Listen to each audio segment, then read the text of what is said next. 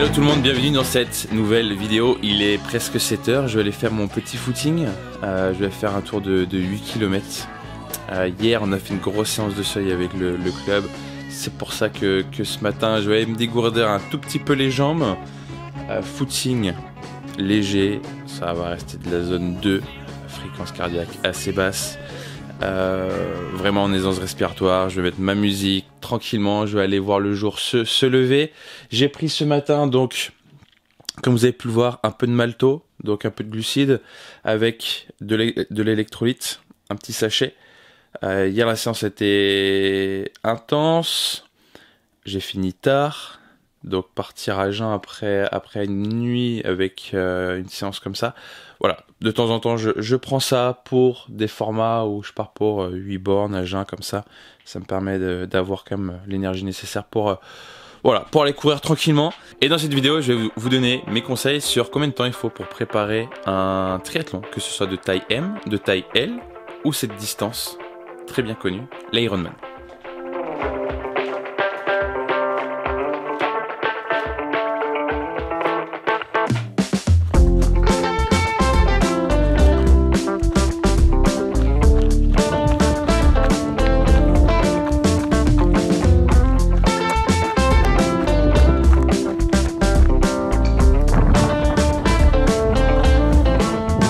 Je vais rester vraiment dans ma zone 2 pour pas créer de fatigue.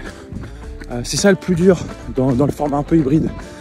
La difficulté, c'est de gérer ses efforts, gérer ses séances, être conscient qu'il y a des curseurs à mettre dans les séances de musculation, dans les séances de cardio, et encore plus quand on fait du triathlon.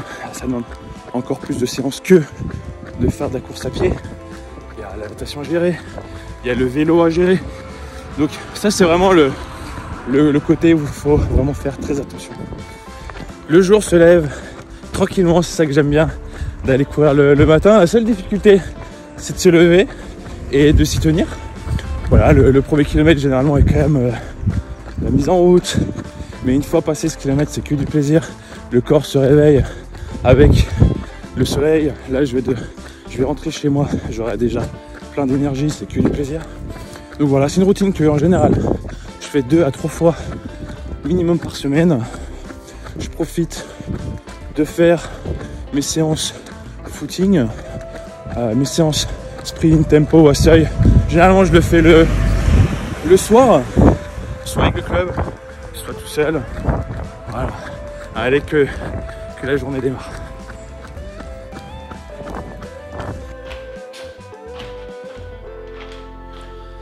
Séance terminée. Alors, j'ai fait combien? J'ai fait 8 km, 46 minutes. Tu vois, la fréquence moyenne, elle est de 135. Donc voilà. J'ai oublié de vous dire une petite chose. Hier, c'était une super journée pour moi. J'ai commandé mon nouveau vélo. Pour ceux qui ne savent pas, j'ai vendu mon ancien vélo de triathlon, mon ancien vélo de contre-la-montre, parce qu'il était trop grand pour moi. Donc, je l'ai vendu et hier, j'ai pris conscience de la chance que j'avais. Je suis arrivé au magasin. Bon, ça fait un petit moment que j'échangeais avec cette personne. Je vous montrerai le vélo en temps et en heure. Je vous laisse encore la surprise du vélo. Et j'ai pris conscience de la chance que j'avais à ce moment-là d'arriver au magasin et de me dire je veux ça comme option, je veux ça, ça, ça. C'est génial de faire ça. C'est pas tout le temps qu'on peut faire. Et c'est comme ça qu'on apprécie aussi les choses, avec le temps, l'acharnement, la patience. Donc je vous souhaite tous de pouvoir un jour aussi vous offrir quelque chose dont vous rêvez. Donc là, je me suis offert le vélo de mes rêves. Je vous présenterai. Tout avance de notre côté. Là, comme vous pouvez voir aussi, hein, j'ai changé d'endroit. Je n'habite plus à Quimper. On habite maintenant ensemble avec Clarisse dans une maison. On a quitté Quimper. On s'est rapproché de Pont-l'Abbé. On est un peu plus dans la campagne, donc c'est génial. Plus de place. Donc voilà, tout avance. On voit ensemble. Combien de temps il faut pour préparer un triathlon, que ce soit un taille M, L ou un full? Petite chose avant de démarrer, c'est vrai que pour moi, avoir fait le M et le L, il y a quand même une différence de gestion, il y a quand même un cap entre le M et le L qui est quand même assez énorme et forcément d'un L à un full encore plus.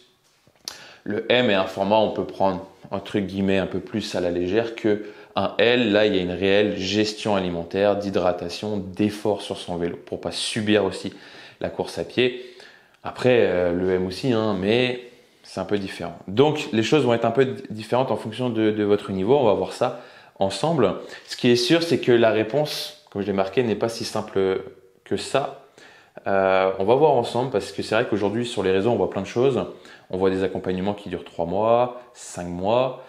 Moi, j'ai un accompagnement qui dure minimum 3 mois. Mes athlètes aujourd'hui se sont lancés dans cette période hivernale et soyons francs, 3 mois, ça ne suffit pas. Comme j'ai déjà échangé avec eux, le but déjà c'est de se lancer, de mettre les choses en place.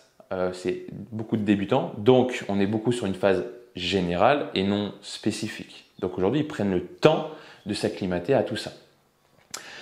Donc, quand vous voyez ça, c'est que les 3 mois de préparation se font en fait toute l'année. Donc, on va voir ça tout de suite. Donc, combien de temps il faut? 6, 8, 10, 12, 24, ça va dépendre de plusieurs choses, de ces 3 points. On va voir ensemble. De 1, ça va dépendre du niveau de la tête, de ton point de départ. Est-ce que tu maîtrises la natation ou pas du tout? Est-ce que tu maîtrises le vélo ou pas du tout? Est-ce que tu maîtrises la course à pied ou pas du tout? Okay, déjà, si tu es débutant dans ces 3 sports, forcément ta préparation physique, on va pas se mentir, elle va être un peu plus longue qu'un avancé qui maîtrise un minimum de ces 3 sports ou qui a déjà tenté un triathlon de taille S, qui a déjà découvert un peu le domaine. Pour un débutant qui ne maîtrise pas la chose, moi je conseille sur un format M et L, on est sur 10-12 mois. Okay.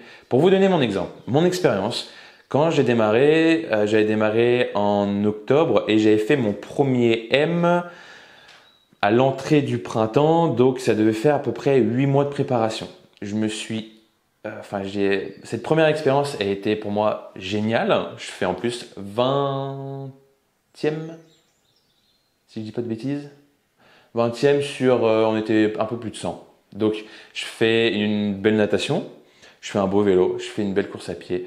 Je ne subis pas, j'ai pris le temps de me préparer. Je ne maîtrisais uniquement la course à pied, je ne maîtrisais pas le vélo, je ne maîtrisais pas la natation, pas du tout. Je ne savais pas respirer dans l'eau. J'ai pris le temps en cette première partie de saison, octobre-décembre, de faire une phase générale et plus l'année passée, dans cette deuxième partie en janvier, de passer sur du multiforme, voire après du spécifique. J'ai pris énormément de plaisir. Donc moi, pour faire les choses correctement, je vous conseille, allez, 8 mois minimum, ce serait l'idéal. Et j'avais mon L2, donc je vous dis pas de bêtises, 2-3 mois après. Donc une petite année de préparation si vous êtes débutant pour un M et un L pour faire les choses correctement, de prendre le temps de bien s'entraîner, de bien comprendre la gestion sur l'alimentation, de connaître votre corps. Okay, et sur un full, moi je conseille entre 2-3 ans pour s'y préparer. Ce qui est sûr, c'est qu'aujourd'hui sur les réseaux sociaux, on voit aussi plein de choses comme des gens qui se challengent sur un full au bout de 3 mois de préparation. Je suis OK avec ça. Après, c'est pas ma vision des choses. C'est pas quelque chose que je recommande. Loin de là. Parce que déjà de faire un marathon soi-même, c'est hyper traumatisant. Alors de se lancer sur un full au bout de 3 mois avec des entraînements au final plus intenses. Plus le temps de préparation est court, plus il va falloir être rigoureux et aussi faire attention à tout ça. Donc voilà, à vous de voir.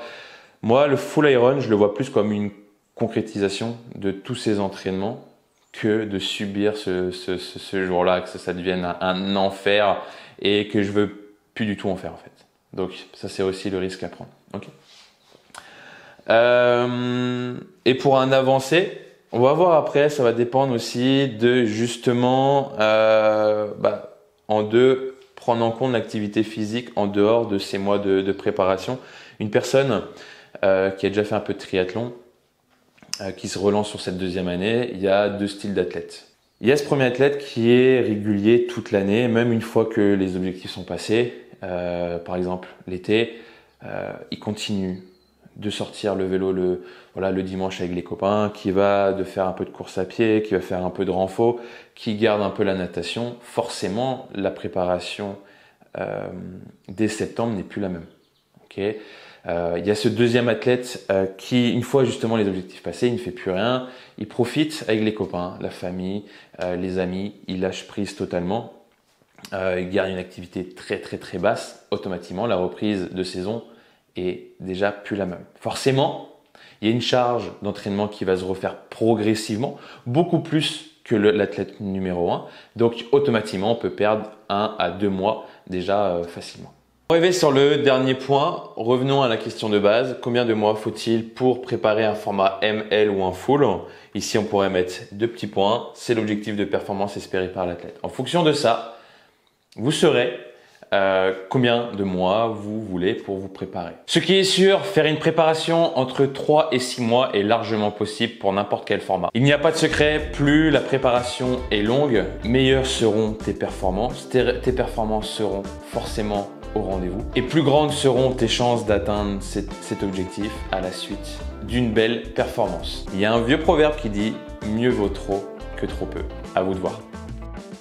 Allez, on termine cet épisode donc avec le petit plat. J'ai mis des lentilles, j'ai cuit avec des oignons, une petite sauce bolognaise avec des pâtes. Je vais rajouter